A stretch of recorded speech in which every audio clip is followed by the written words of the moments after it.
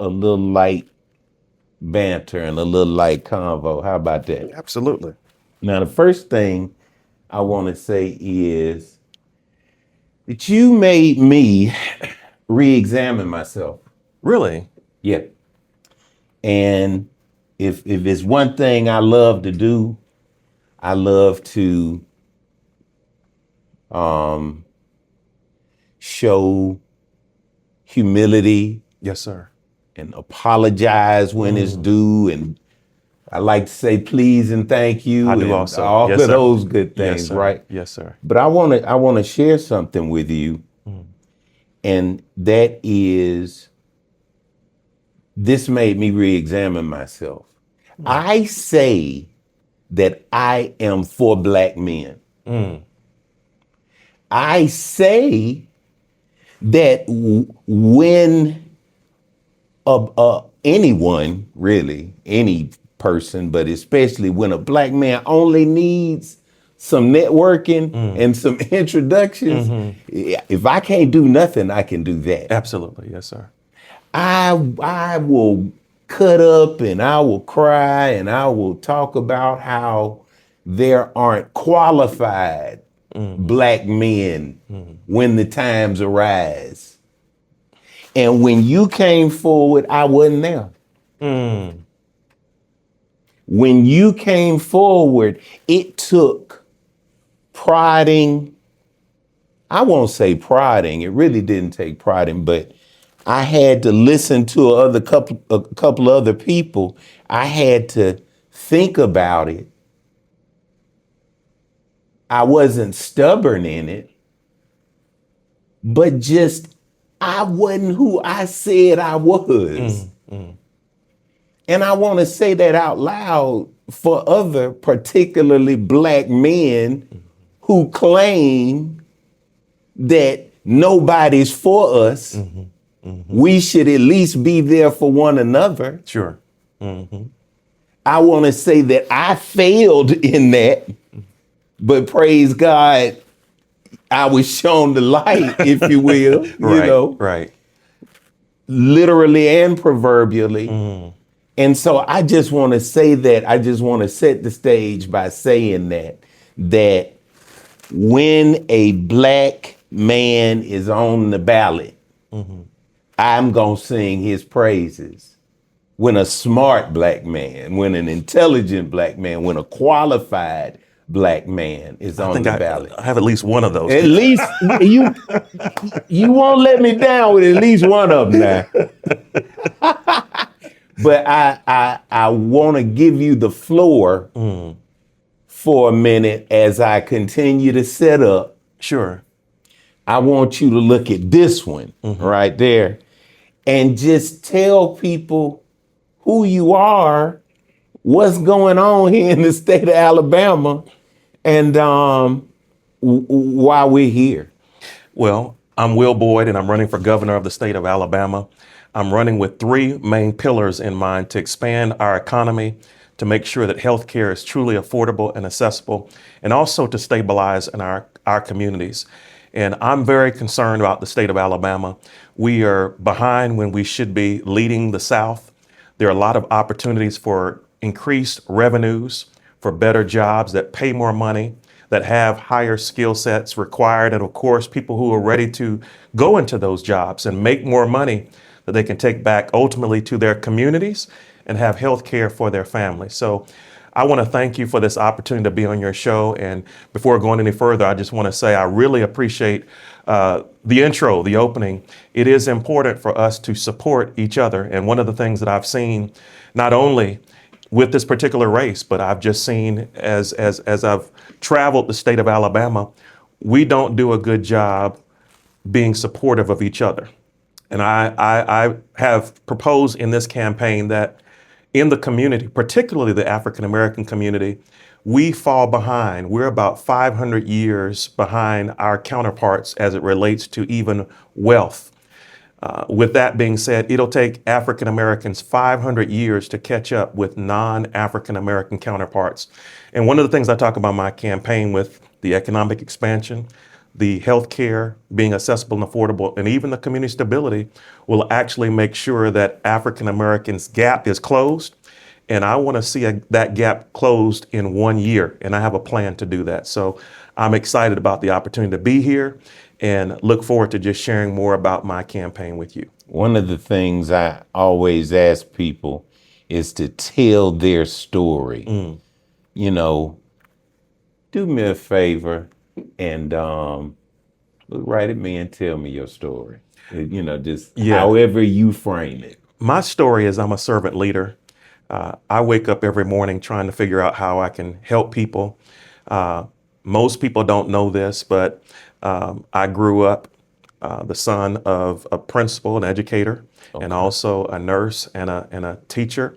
And so educators have impacted me in a major way. My parents taught me to be a servant leader from a child up to adulthood.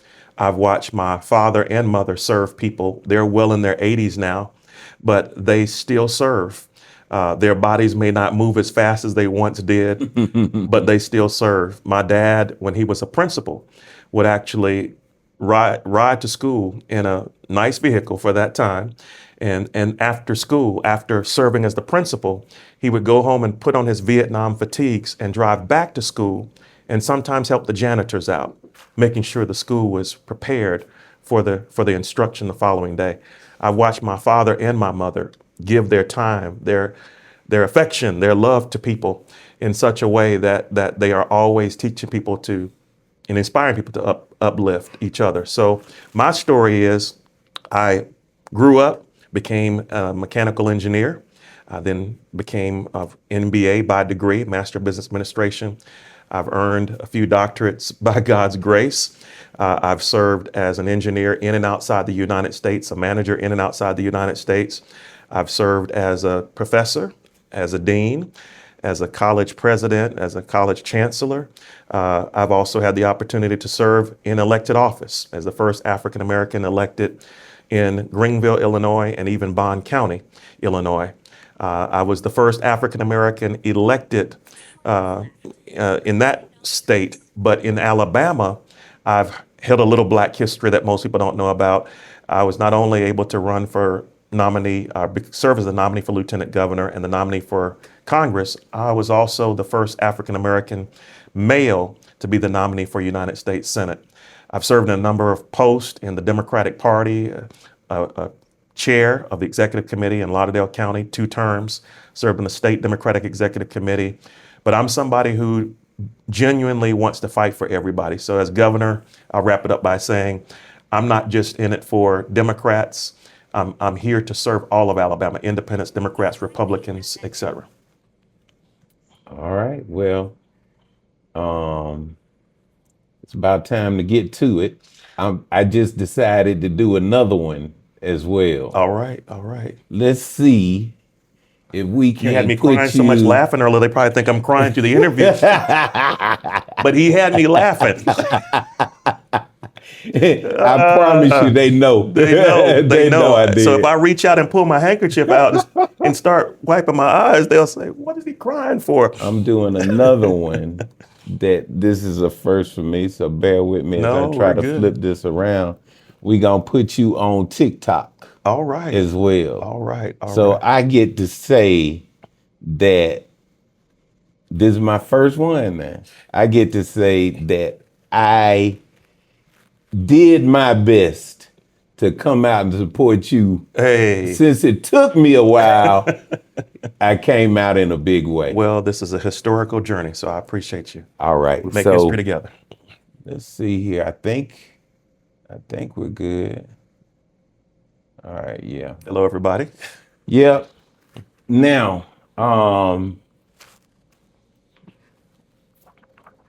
I feel embarrassed asking you this. Look and make sure these mics on. Okay. I genuinely feel embarrassed asking you this, but what are your goals specifically as it relates to Black men? I want to make sure that we, as I said earlier, have access to jobs, access to health care, and I want to make sure we're present in our communities. But specifically for Black men, one of the biggest things I can do, as I said earlier, is also close the wealth gap. Make sure that African Americans have an opportunity at a fair shot. I've been traveling around the state of Alabama saying I want every Alabamian to have a shot at the American dream, but African Americans oftentimes work twice as hard, if not three times as hard, to be in the same space as counterparts. And so I want to make sure that we have equal opportunities. I want to make sure specifically that the wealth is there, the job opportunities are there, but also that we are not hurt as it relates to healthcare cost impacting our families. One of the biggest destroyers of African American wealth, particularly for males, is the fact that their healthcare costs, especially when a male is, let's say, head of household and trying to take care of a family, and let's just say something catastrophic happens. Just one event could leave a male or female, African American, struggling to pay for a health care bill, probably for an aging parent or for a loved one. That same issue flows into land. African Americans losing property that was deeded to them or their heirs, them losing that. Those are things that we're going to fix. But I think one of the biggest things we can do is working with the HBCUs across the state of Alabama. And I'll be speaking more about that next week at a particular event. I'm a former educator myself. I should say I'm a current and former educator, but just making sure that money is available to educate will make the biggest difference. The more you know, the more you grow. The more you can do, the more you can empower others. And that's what I want to do for African American men and women. Man, see, I love it when we get to learn a little something ahead of time. And so Yes, sir. I Yes, sir. will be shouting loud your proposals for HBCUs Well, thank because you. I too am a huge fan of HBCUs. I'm a product of Miles College. Hey, Now, you held it perfectly, but let me tell you, you're under the clock because I'm putting these in 3 minute got it. little reels later on so that I can shoot them out individually. Got it. All right. So once I finish, you'll have 3 minutes and I'll kind of coach you along. Now, here we have Dr. Will Boyd running for governor of the state of Alabama. And let me ask you, where are you on the lottery and gaming? One of the biggest things we can do to help Alabama is have actually educational lottery. There are two main ways in which we look at revenues and expenses in our state, the Educational Trust Fund and the General Fund. If we have actually an educational lottery in place, we could bring in anywhere from $800 million to $1 billion in our state. That means more money to pay teachers. That means more money to even have a loan forgiveness program for teachers to stay here, not just get an education here and leave here. The problem we have in Alabama is we suffer from brain drain instead of brain gain. We want to educate, but we want to keep people here. So we want to make sure our classes are also properly funded so there's educational equity, so that a child in, let's just say, the Black Belt has the same educational experiences as someone in Mountain Brook. This is what we can do with more money coming in, more money for schools, and not just high schools or, or elementary schools, but also making sure that there are vocational schools, trade schools, so that our workforce is better prepared to go into the jobs of the 21st century.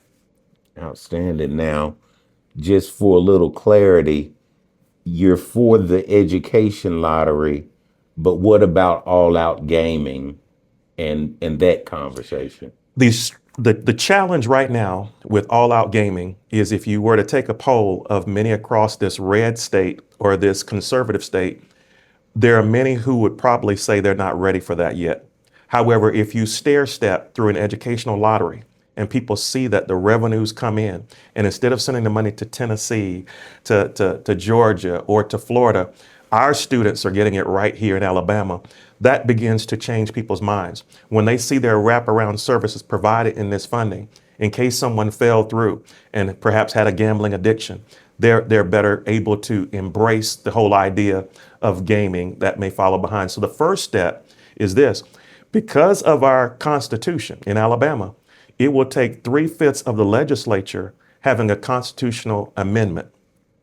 Secondly, it will take a referendum, which means the people of Alabama would have to vote for a lottery. Right now, the polling seems to indicate we don't have enough people who would support gaming all out.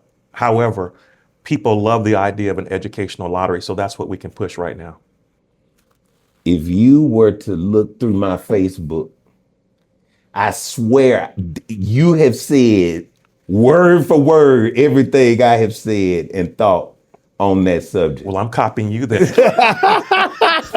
I'm so serious. I Yeah. mean, from what the state is ready for, Right. that whole conversation. We have to be realistic. Yeah, we got to be realistic. Yeah. And you nailed that. Thank you.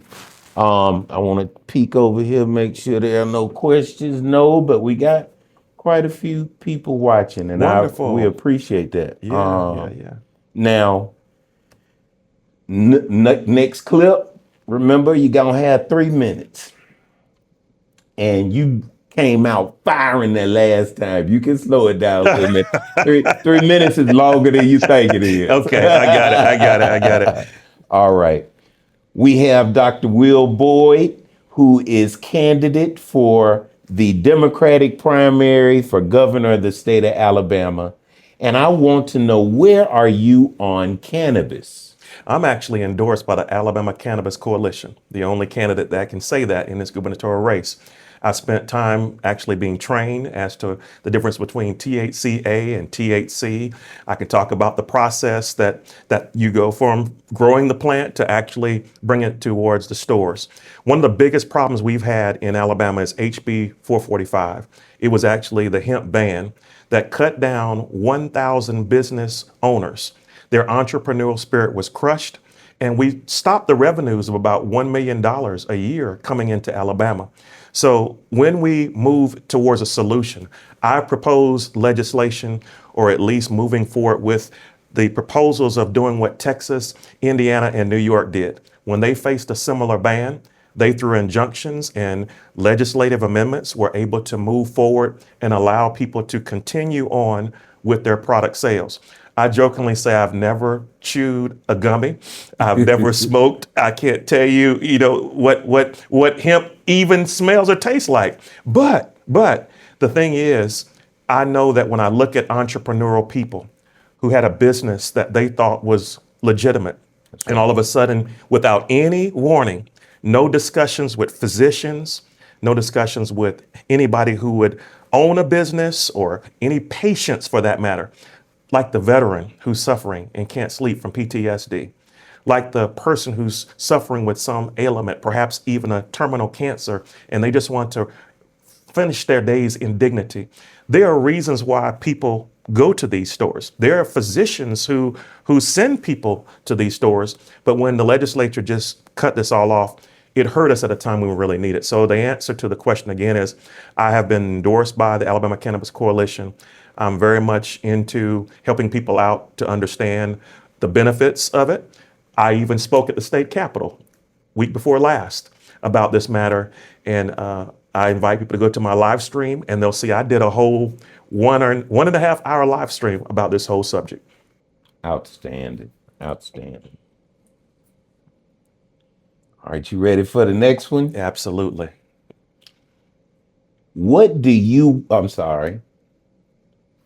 I'm here with Dr. Will Boyd, who is candidate for the Democratic primary in the Alabama gubernatorial race. And I want to just ask you, what do you want to say that I haven't asked? What's that thing that you want to hit on that you would feel remiss if you walked away and didn't say it? I want to say that Alabama doesn't have to be in the state that it's in right now. Alabama is, generally speaking, I call it a welfare state. For every $1 we send the federal government, we're asking for 3 or 4 back. Alabama doesn't have to be that way. Alabama can be a state that can succeed. It can be self-sustaining. With the right people in government, like myself and my team, we can turn our state around. We can progress the state in a way that is no longer a hate state, but a hope state. And even though I may be an African American, and some people say it's not time for an African American, Alabama's not ready for an African American, I'm seeing all across this state that people are saying we're ready for change. They're ready to see somebody bold, new, come in that's not an old legislator. And I'm not being offensive in any way, but not someone who's in the establishment, so to speak, but somebody who's willing to look out for all people. So I invite people to look beyond party labels, because that can be deceptive and deceiving sometimes, just voting for somebody because of a letter. But look at my record, look at my platform, my policies on drwillboyd.com, and you'll find I'm laying out everything, not just policies, not just visions, not just things I think would do our state right, but I'm laying out the timelines, what I want to happen in the first day, on the first day, the first 100 days, the first 180, and even 365. I'm talking about what's going to happen when I do a complete overhaul of the prison and parole system. I'm talking about what's going to happen when we expand Medicaid and 282,696 people all of a sudden have health care in Alabama at a cost that is going to actually benefit us. We invest 22.8 million, we get a return of 394 million. We get $2 billion of revenue. Every year, we get 200,000 new jobs. Why wouldn't you have this? Why wouldn't you have 23 hospitals that are in the sights of closing now remaining open? And instead of women struggling in places like Pickens County, in places like Butler County, where there are no hospitals, now we'd have the opportunity to keep hospitals open and even set up federally qualified healthcare centers. So I want Alabama to be better. When I travel and see Lowndes County, people without septic and sewer systems since 1986, never had it. When I travel through places like Chambers County, where I'm going to be speaking on Saturday, where the water coming out of the pipes is as black as coffee without cream in it. In 2026, I leave with this comment. I don't understand how we can blow millions or even billions a day abroad, but we're living like it's 1906, 1806 right here in Alabama. So let's advance Alabama. Let's come together. Let's look beyond who we think has a name, who we think has served before, and let's really look at who can lead us to the next place, the next level. And I believe that's me. And that's what I would love to articulate to everyone tonight. Outstanding. I want you to take a little less time so I can send it early and often. I want you to look dead here in this camera and ask the state of Alabama for their vote. Hello, Alabama. I'm Will Boyd, and I'm running for governor. I have an excellent plan that's going to move our state forward. I want to see our expanded economy. I want to see that we have a healthcare system that's truly affordable and accessible. I want our communities to be stabilized. If you go to my Facebook page, you'll see that I have live streams that relate to each and every one of these issues. Please visit my website at drwillboyd.com and learn more about me. But here's the most important thing I want to ask you.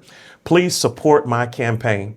Please visit the site, donate to the site if you can. But really, I'm asking you, most importantly, for your vote on May 19th. Together, we can make a difference. And here's the statement that our team shouts everywhere, every corner of the state and everywhere in between.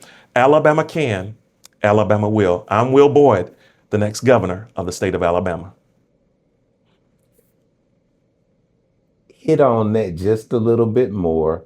How can people get in touch with you on different social media, website, that whole nine yards? I'm Will Boyd, running for governor of the state of Alabama, and I invite you to be a part of our campaign. The easiest way to learn more about my campaign, learn more about me, or how you can join is to go to drwillboyd.com.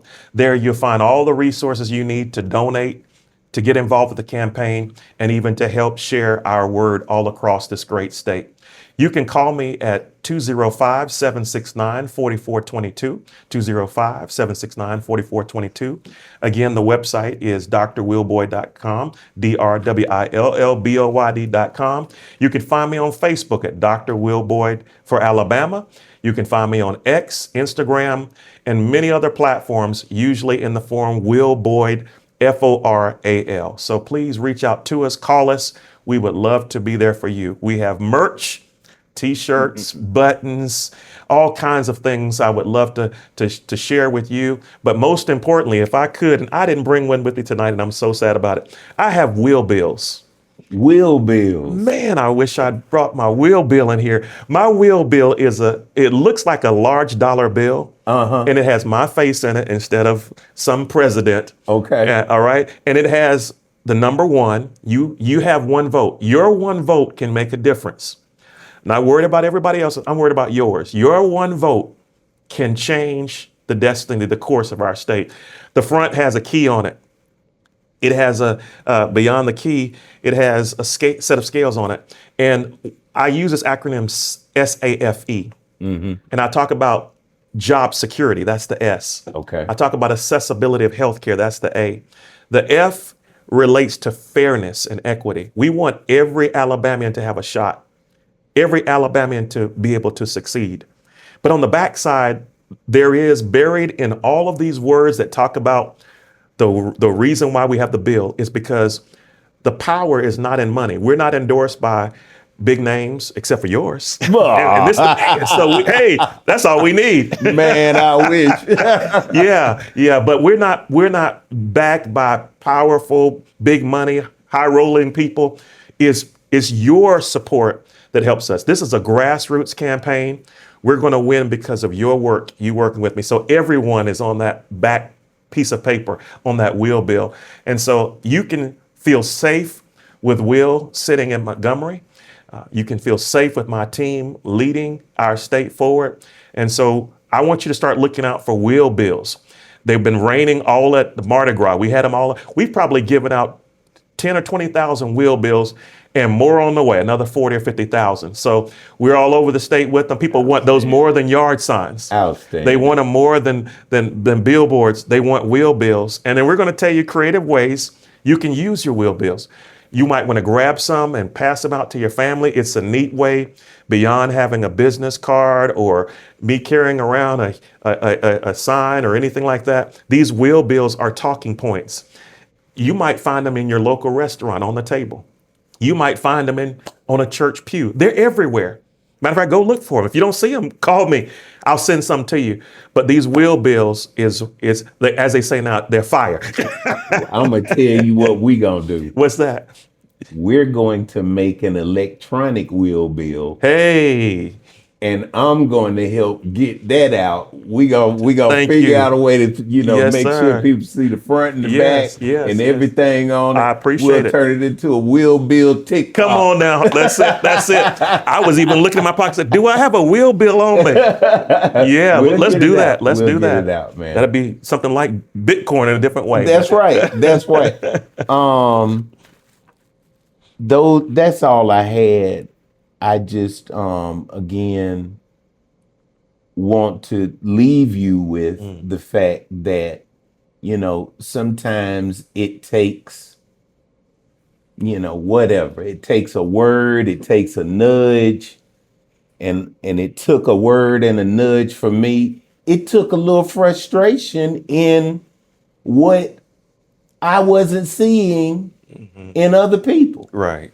And sometimes, I try to, I really, really, really try to hold on to the serenity prayer. Yes. God grant me the serenity to accept the things I can't change. I can't change what another candidate doing and not doing. And Right. I can't change, how I feel. It seems the state of Alabama may be, feeling about a MAGA who is completely against your own best interest. That just sounds crazy. Sometimes it just takes a nudge or two. And hopefully I got nudged enough that I can show your face and enough people can hear these words this evening and moving forward. Thank you. And it'll nudge somebody else.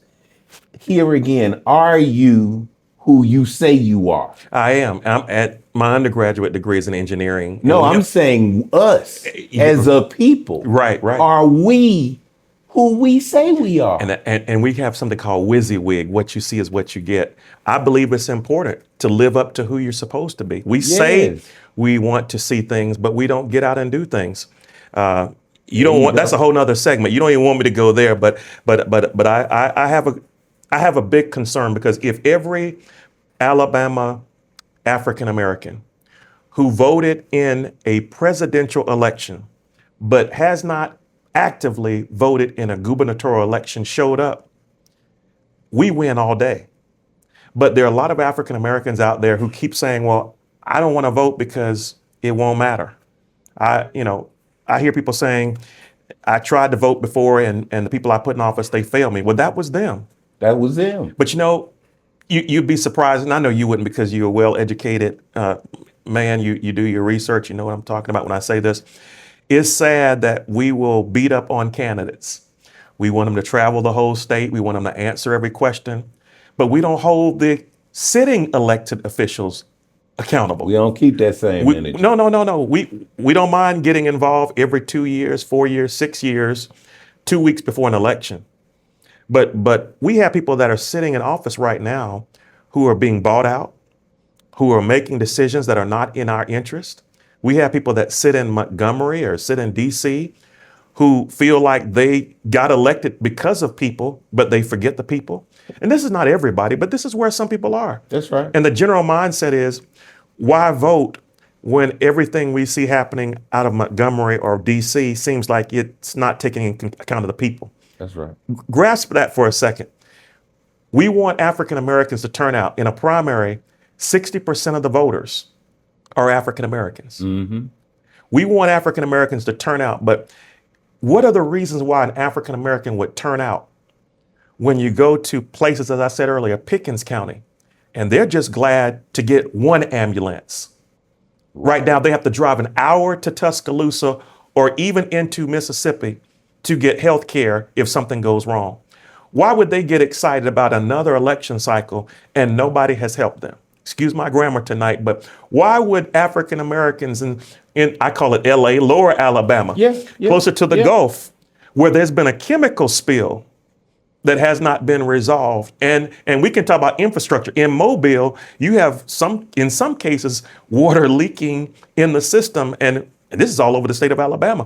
Not just bad water coming out in Chambers County, but you have pipes that aren't delivering the water that leaves the treatment center. And so people wonder, how can you nation build on foreign soil? How come we don't mind getting involved with foreign wars? And I understand taking multilateral strategies, approaches. I understand being a peacekeeper, being someone who's pushing the United Nations. I'm all of that.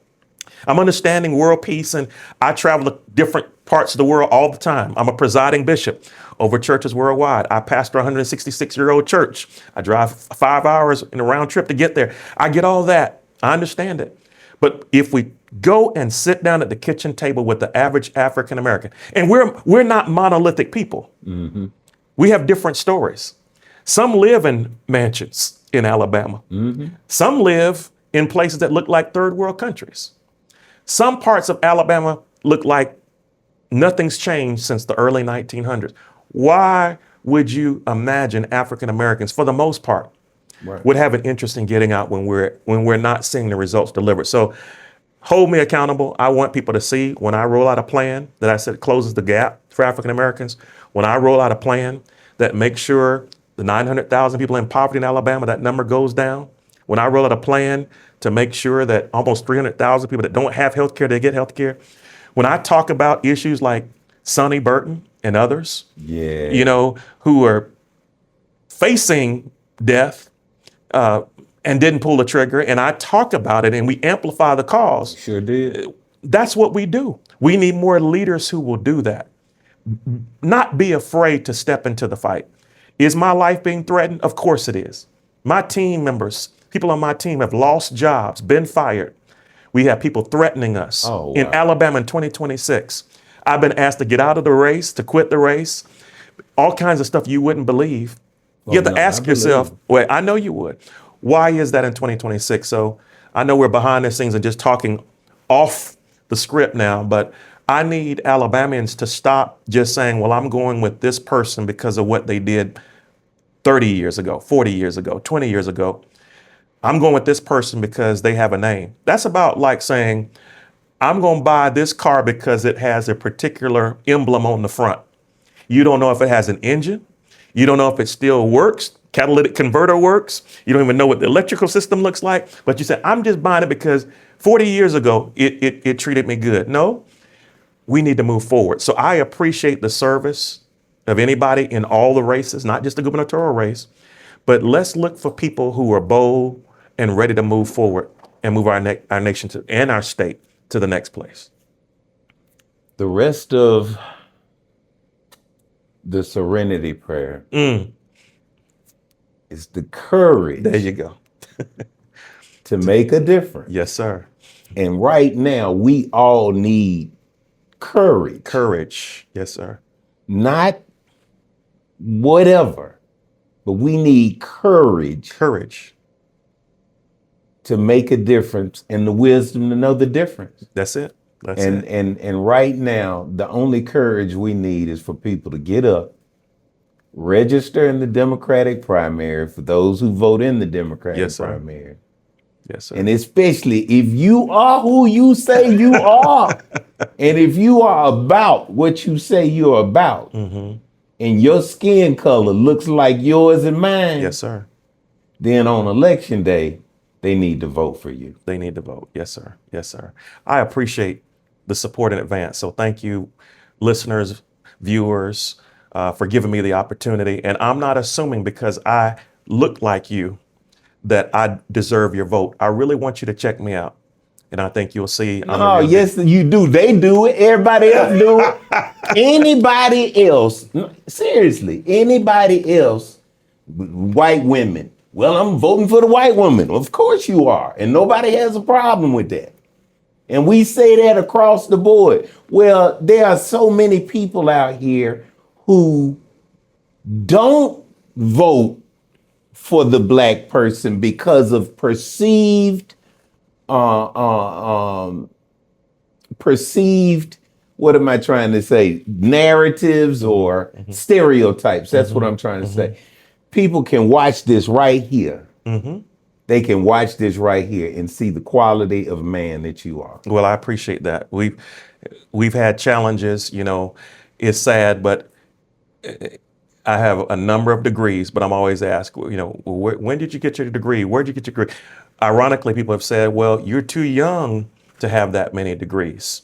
And I have to remind people, I'll be 55 years old this July. So I'm pretty old in one respect, still a young man, but I've had some time to do some things, but none of that means anything. The degrees, the titles, the positions, I always try to walk in last. I'm always serving everybody first. The church tells me I never eat because I'm always serving. And that's what I want to do for Alabama. I'm not trying to be the pastor of Alabama or the bishop of Alabama. We jokingly, they say I'm more than a bishop in a bow tie, not the necktie on tonight. but no, I'm seeking to be the governor of Alabama who will really serve the people. And I believe Alabama is ready. And so please, Alabama, let's make history together. I don't mind saying it. For 207 years, I believe it is, we've looked one way. There have not been many African Americans in the legislature.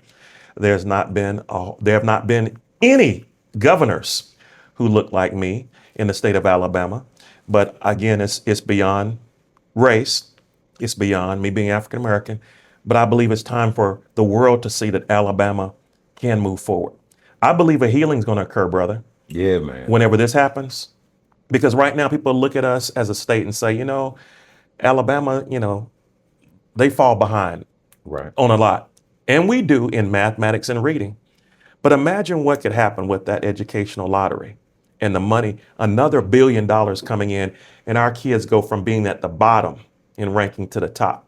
That's right. Imagine what would happen if I'm supporting all sorts of energy, not just electric energy, but beyond coal, pump hydro. I'm introducing new technology. What's going to happen when people say they want Alabama to become the AI capital of the world. Whether you like it or not, it's coming. It's coming. It's here. But here's a governor having an engineering degree, a management degree, a lot of different degrees that all roll up into one. I'm the right person at this time to lead Alabama forward. I know lawyers have done well being in the legislature and some being governors, but here's the time we need a servant leader who understands community service, who understands business management, and who understands even healthcare. I served on the healthcare board for a hospital. So that's the leader you need right now. Speaking of closing the gap, and I'm talking a lot, but speaking of closing the gap, Take your time. we just need people Pastor. 19 conclusions, right? Locking the door. No. I get in trouble with that statement. Let's just bring the collection plate. Yeah, you can't say that. But Alabama, you have to ask yourself, why are people content with us being in the state where we're in?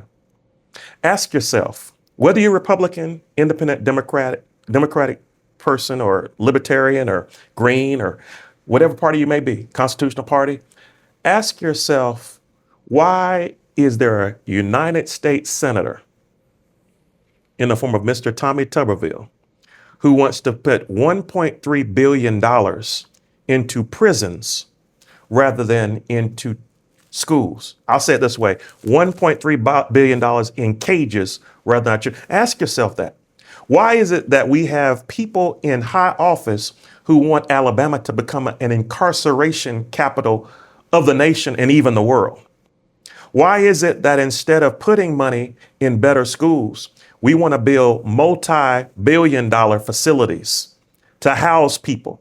Why is it that we want to see, instead of people being presumptively in a place where they can be paroled at 55 if they have nonviolent type of records and they're educated and stuff, why don't they have the opportunity to be able to even be heard? So I have, if I may, as it relates to even prison reform, I have already rolled out the PTSD approach. I want to have presumptive pardoning if you're 55. Again, no issues of violent crimes associated with you. You're furthering your education. I want to, beyond that, put a cap on technical violations. So particularly men of color, women of color, are not staying in Alabama prisons because their violations, technical ones, are stacking up on them. I want to make sure beyond that, the P, the T, the S, that when within 60 days of a person being up for parole, that they are actually being heard. And within that 7 days after the hearing, they have paperwork saying why they were denied or why they will be paroled. And then on top of that, another S, I want a second look. I want people who are denied parole to have attorneys or agencies to come in and say why they got denied so they know what's important. And then lastly, one of the things I want to do is I want to make sure, that we have a database that holds Alabama accountable.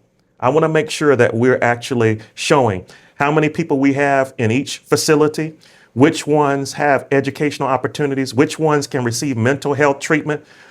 I don't know if you've seen the Alabama Solution, but we have right now people in Alabama prisons who are treating their own mental health conditions. We have people dying in our prisons right now. We are in a situation where our prisons are overcrowded. So you have incarcerated citizens whose lives are being threatened, but you also have people who are working there, from the form of a warden to the officers, who, when you have overcrowding, perhaps 20 people to one officer, their lives are in danger. I want to make sure that we have a better parole system where even victims feel safe as we transfer people out of prisons appropriately back into the community after they're truly rehabilitated. We have a flawed system right now. We have a prison system where a judge can say, you need 4 years of a particular type of treatment. But if the treatment's not available, your sentence is prolonged. If a judge orders something, they ought to be in a cell or a facility where they can get the treatment or go through the process so they can get out. But we have a cycle here in Alabama. I know people right now in prisons, jails to be more specific, who have been arrested, have never heard a motion for discovery, have never been told why they're there, and they're in prisons in Alabama. 2 years. We have people that are stopped on a minor traffic violation, that spend their income trying to fight their way back out. It's a racket. It's a system that has to be overhauled. That's a problem in Alabama. We need to spend more money on education than prisons. That's where we are today. And somebody at the top, people at the top, are content locking people up. And so that's a problem for me. It's not just why don't we have Medicaid? Why don't we have hospitals that are flourishing and doing well? In Alabama, we have 26% of our hospitals operating in the red. Yeah. Why is that? Why is that? These are problems. And the community, I've already talked about it, but one of the biggest things I would love for us to do, I know it sounds bold, but I would love to have a rabbit system. I call it rabbit because it's a rapid bus transit system running in communities. Man. So a person could get from Birmingham to Bessemer, Bessemer to Hoover, Hoover perhaps on to some area, maybe even Trussville, if need be, to get to an OBGYN so that maternal mortalities and infant mortality go down. But beyond that, I want to go ahead and lay the groundwork and get started, year number 1, with high-speed rail across Alabama. Every year, the state of Alabama turns down federal money, does not apply for federal money. That's right. That we could actually apply high-speed rail that could run down the corridors of our interstates. A person could wake up, take the rapid bus transit system to a train depot, if you would. They could actually leave. I keep saying Pickens County. I keep saying Lowndes County. I keep saying Chambers County. They could leave one of those counties, head towards Mobile and work, bring their tax dollars, so to speak, back to their area, and their infrastructure gets improved. That's right. They could shop in Mobile in the morning and be back in Birmingham or even Huntsville in the evening. They could perhaps needing to get to a flight because we want business owners to go international, helping them to grow. They could actually, in a matter of minutes, leave Birmingham and be in Atlanta, Georgia at the airport. We have to start thinking about this economy as a world economy. But as we begin to embrace bold ideas, Alabama can move from being the bottom to being the leader of the South. So I've taken a lot of time to emphasize all of this because I want to see Alabama do better. Let me ask you, has the Democratic Party considered a debate? Would you be willing to debate? Oh my goodness, absolutely. We've been asking for debates. I have put out a press release requiring or asking that all of the candidates have an opportunity. And they're of course, we know there's Doug Jones, there's Chad Chick Martin, there's Yolanda Flowers, there's Jamel Brown, there's a Nathan Mathis. All of these people are running in a Democratic primary, but no one even knows we're out there because the media has focused on 2 candidates, 2 U.S. senators, instead of focusing on anybody else. The media is shaping the narrative. The media is determining what we see. You know, when you start talking earlier about not knowing who was in the fight or taking a nudge, please don't even think about doing anything close to apologizing about that because that's not even us. I blame the media for that. I travel into areas right now and they don't even know who's running for governor. Some people don't even know that Governor Ivey has reached a term limit and she can't run again. Some people are just... They'll be looking for her on the They'll be ballot. looking for her to be on the ballot again. So this is why we have to do a better job. Number one, as a party, whether you're the Republican Party, Democratic Party, major parties in Alabama, the Democratic Party... I'm glad you said that We have to do better. because I wasn't gonna let you off the hook. No. It's not the media. No. I mean, it is partly the media's fault. it is partly- But the Democratic Party should step up and put you all on a stage to debate the issues. We put a press release out and we did not see where anyone even entertained the idea. Now we've some local radio show people, I think Chris Coleman asked for us to have a debate on Good Friday, and one of the major candidates, if you want to call it that, said he may have been too busy. So as a result, that fell flat. I think we should still have debates. If 1 or 2 people can't show up, so be it. Let the ones who show up debate. That's right. If you want to have it on Zoom so that a person even on the side of the road can pull over and be a part of the debate. We're in the 21st century now. Let's have a debate. The problem I have when we don't have debates is we're not giving the voters the opportunity to choose. It almost seems, I'm just going to say it, Say it it. almost seems like the Democratic Party is behind Doug Jones and they're not trying to hear from anybody else. And that's the perception. I would hope, and I do hope, present tense, future tense. I hope that our party, that anybody affiliated with the Democratic Party, will push this harder with us. Make sure that there's some debates. I would love to see a debate. I call it Lincoln Douglas style debates in all 7 congressional districts. I would love the debates not just to be in Birmingham, Yeah. in Jefferson County. Take it to the 1st congressional district. Have something in perhaps even a Mobile, or have it in Andalusia. Have another one in Huntsville. Have another one in maybe Smithsboro, in closer to Jackson County.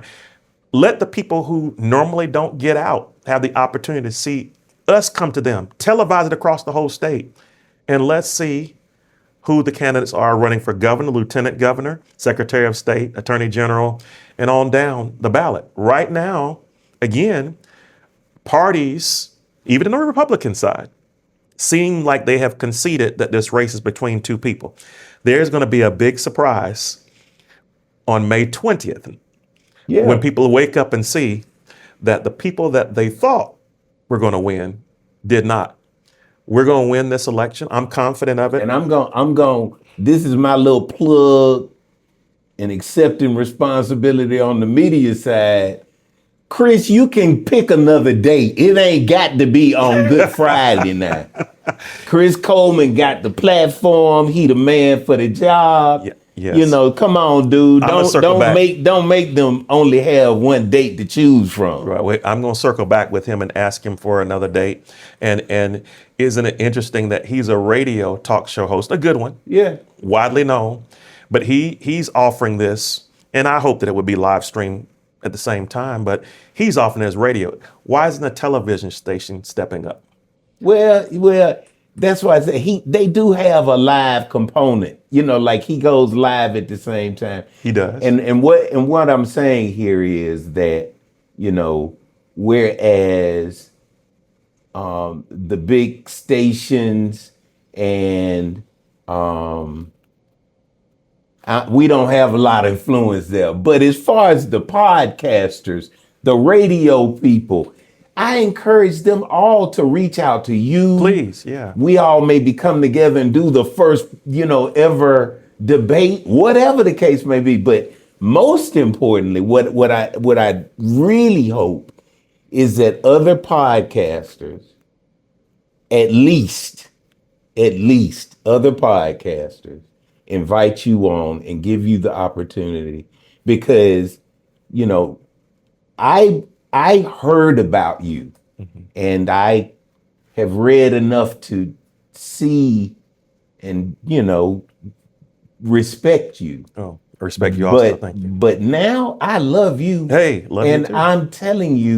I'm telling my people that just look at this. Just look at this man. Give him the opportunity to come to your organizations, your podcasts, your radio shows, your lives, whatever the case may be, and give him a chance to make his case. Wow, thank you. I have to give a shout out to an African-American man. Okay. He is actually a Republican. His name is Julian Boykin. Okay. He is actually working to set up a statewide debate for the gubernatorial candidates. Okay. And so I'll have to come back to you with that date, but I know if he's watching this, he's probably gonna say, hey, wait a minute, I'm trying. So we have some people out there that— Julian, I want to help you however I can. Yeah. So he is at least the one person I know of so far. So I want to say thank you for giving me the opportunity to share freely. And thank you for the 3-minute segments. I know those are important. Yeah. But also just letting me share what's on my heart. I've been on this campaign trail 11 months.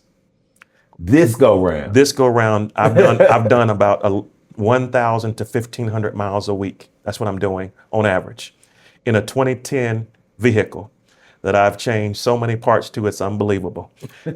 But it keeps on getting me down the road. I wake up every day excited to fight for Alabamians. And one of the things I posted today is a person who's wearing my willpower shirt. And, we talk about African Americans a lot tonight, but I have no problems. And I'm excited to tell you that my biggest supporters seem to be white females. I believe you. And I would love to challenge African American females to help join this fight in a different way. I know some African American females. I'm getting in trouble over this one. I have a wife who's a Delta at home, and she might be waiting to get the cue when he walks in the door. I hope we don't sit this one out. A lot of people looked at the No Kings rallies and said, well, we fought and we fought and we fought, and now that you all realize what MAGA may be, you want us to help you. No, we're gonna sit this one out. We want to be protected, but no, it's too much is at stake to sit it out. Too much is at stake. True story. I was invited to an event in Marshall County, if you know where that is, Gunnersville. And I drove because I was asked to open up this election cycle reading the Declaration of Independence, and also to just give a quick 2 or 3 minute speech. This is behind the scenes talk here now. I know we're live. Right. I drove that 2-hour trip, arrived there, and when I turned the corner, I saw nothing but a sea of people who don't look like you and me. And I said, I'm in the wrong place. I know you did. I seriously, I only saw 1 or 2 other African Americans in that sea of people. And I said, I must have come to the wrong event. And I was getting ready to get back into my car, and somebody said, Dr. Boyd is here. And I looked up and they were waiting, and I walked up and did my thing. And you would have thought that I was already the governor. Look at it. You would have thought that the people who you imagine aren't ready to be in this fight wouldn't be there, but they were. Whites, Caucasians, African Americans, blacks, young, old, everybody's seeing that no matter what you think about the person sitting in the White House or who's sitting in Montgomery, something has to change.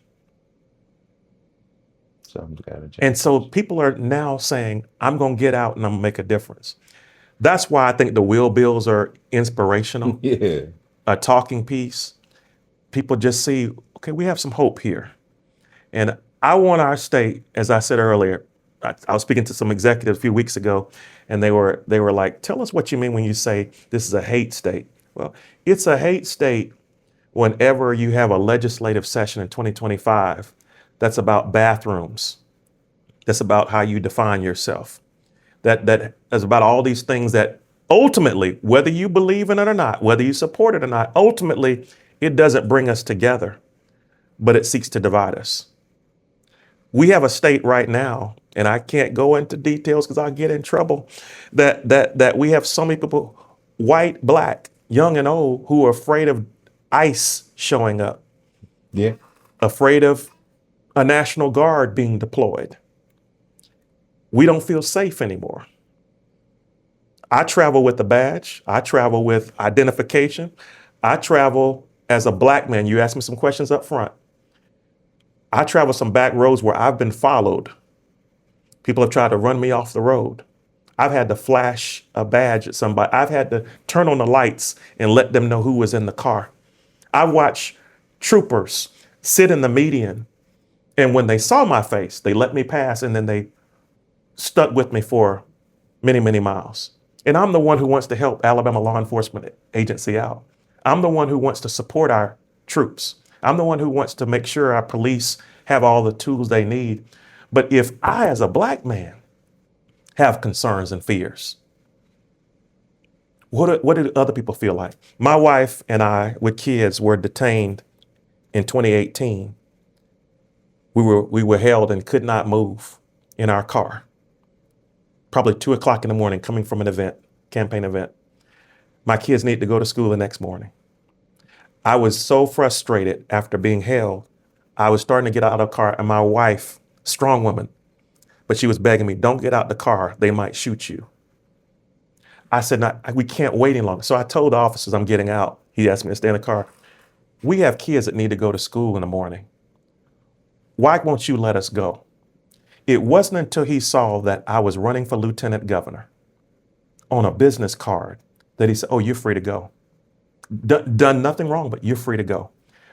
How many African Americans in Alabama have a card that says they're running for lieutenant governor at any given time? The only one. That concerns me. Years ago, I got out of my car after coming from a fishing bank. I had squad cars all around my car trained on me, guns trained on me, because I was a black man wearing a ball cap and a t-shirt on a Saturday. How many men do you think in any given city are wearing a ball cap and a t-shirt on a Saturday? Thousands. But they picked me. When they discovered it wasn't me, they drove off. For that reason today, I'm almost a 55-year-old man. And anytime I see a police officer come near me, I'm still remembering what happened to me. So we have to create environments where law enforcement is in communities and people feel safe. We need more officers in communities letting the residents know that they're there to protect and serve, not to patrol or bully. We just need to change the culture in Alabama, that this becomes one where we all feel like we're in this fight together. And that's the hope I believe I'm offering to Alabama. I don't promise the world, but everything I lay out in a plan, I can tell people how we're going to pay for it, how long it's going to take to get it done, and I can tell them the return on investment. So I'll just quit by saying I'm excited. Before you quit, remind people where they can read your platform. drwillboyd.com. drwillboyd.com is where I'm asking you to please go. You won't see everything I discuss here tonight. You can go to Dr. Will Boyd for Alabama on Facebook. You can see 1.5 or 2 hour live streams where I talk about how we're going to expand Medicaid. In detail, I talk about how much it will cost. I talk about how long it will take, the effect it will make. I talk about cannabis, talk about hemp. I talk about how HB 445 impacted the economy, but also how it crushed entrepreneurial spirits. I talked about what we can do to help patients, physicians, and business owners. I've talked about issues that relate to power or energy in Alabama. Talked about public service commissioners. I've talked about forms of energy, things that we can do to power Alabama, and ultimately we can pay less utility bills, but also have a state that's inviting other businesses that are pro-technology. All of these subjects are on my website and in my Facebook pages, X, Instagram. Go see it. Go look at it. And if you have any questions, one more time, 205-769-4422. But there's even another website number that you can call. We have somebody there to take your call right now. I would love if you donated to the campaign. It would help us get our message out. It would help us buy more wheel bills. It would help us put more gas in the tank. But most importantly, I need you, please do this for me. Share this live stream, this interview with somebody else. Let somebody in your family know what's at stake. You have a unique opportunity to put somebody in office who looks like you, who experiences the things you've experienced, someone who can relate, and somebody who has the ability as governor to make changes for you. So again, please visit my website. Find out in my events section that we had to turn off for security reasons on my website. We're going to turn it back on tonight. And I'm going to ask you, if you see that I'm in an event, come follow me. Come be a part of the movement. Tomorrow I'll be in Calhoun County. Saturday I'll be in Chambers County. Sunday I'll be in Lauderdale and Madison County. Monday I'll be in Lee County. I can't tell you where I'm going after that, but every night of the week I am somewhere trying to spread this message of hope. So please come out, join the movement, tell somebody. If you know there are people who are in, Bullock County or Pike or Greene or Houston or Henry, and they have not heard about Will Boyd, tell them I know the man. I met the man on the best podcast. And I believe he's all right. That's how we're going to change Alabama. So I need your help. Please help me. May 19th is the day we vote. Don't you all pay attention to all that noise. People are saying, well, do I need to bring a passport? And do I need to bring... Look, they're going to play around with the way this election is rolled out in May and in November, I'll ask if you visit my website, look at the top ribbon, you can see where you vote. You can actually make sure you're registered. If you need to get the proper identification, get it. If there's something wrong with your ID, fix it. You have time. And we want to make sure that every person has an opportunity to vote. The primary is very important. Again, we can change Alabama with your one vote. So I'm Will Boyd, and I believe Alabama can, and Alabama will. Do we have any Man. questions that anybody had? No, man, I tell you, most people don't have questions because I'm so good. You already know what they think. and then on top of that, you were so good. You were very complete. And you know, I'm kind of protective of the people on my podcast. I got it. Yes, sir. And so, you know, Good. right. Wrong question come across. Then I got to get involved. Now I'm cussing people out on my I didn't see it turn